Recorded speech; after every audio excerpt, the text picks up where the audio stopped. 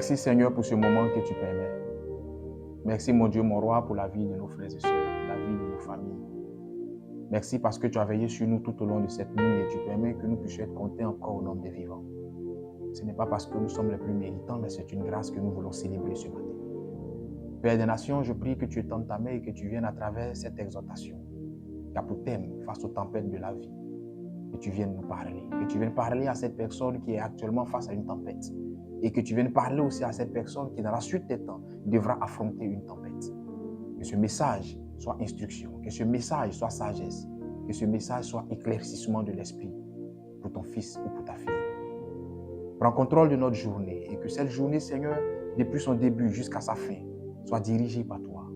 Et qu'au cours de cette journée, tu veilles sur nous, que tu veilles sur nos proches, que tu veilles sur nos familles.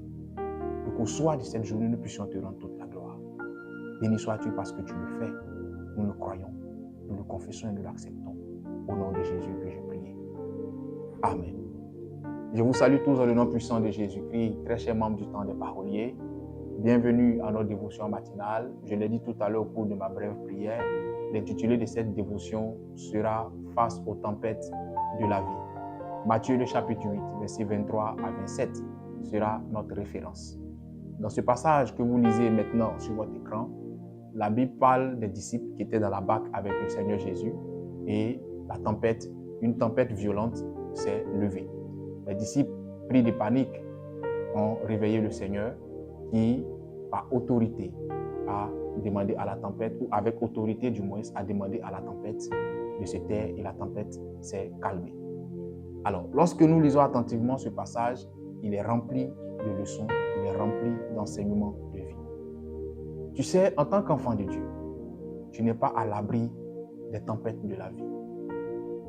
Il est parfois, c'est une erreur souvent, de penser qu'en tant qu'enfant de Dieu, tu es à l'abri des tempêtes de la vie. Et souvent même, on fait cette prière qui, à mon sens, n'a pas de sens en disant à Dieu, éloigne-moi des tempêtes.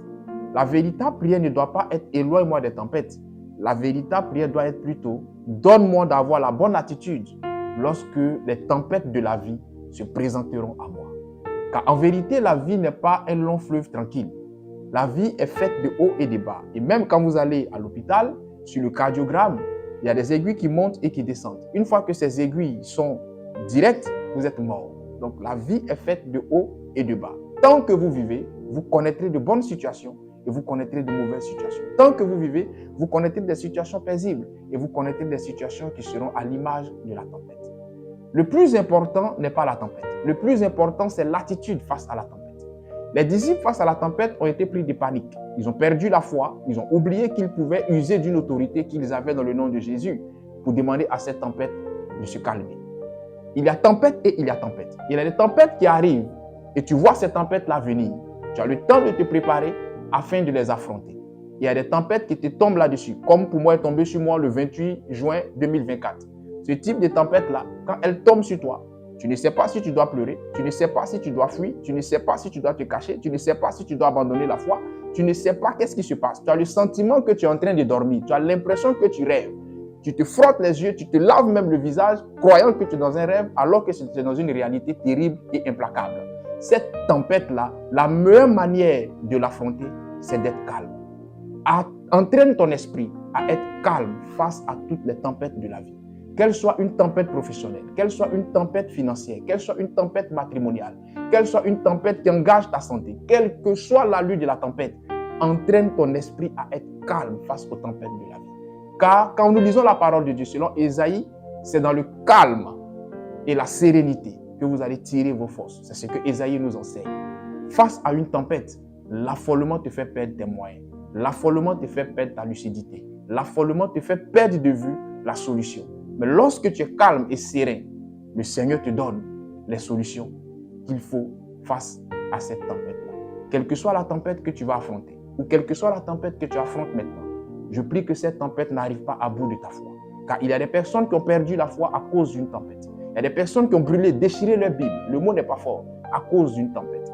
Le plus important n'est pas de juger quelqu'un quand tu n'as pas encore affronté le type de tempête qu'il a affronté. Si ces personnes ont abandonné la foi, ne les jugeons pas. Mais prions pour que le Seigneur les ramène à la raison. Car en vérité, il y a des tempêtes. Lorsque vous n'êtes pas spirituellement stable, qui peuvent vous emmener à vous détourner de la foi chrétienne. Je prie que le Seigneur vous donne la dose de foi nécessaire, mais par-dessus tout, que le Seigneur vous donne la sérénité nécessaire afin d'affronter les tempêtes de la vie sans toutefois abandonner la foi. Que le Seigneur vous bénisse et que sa grâce soit sur vous. Dieu est bon en tout temps. Shalom, shalom.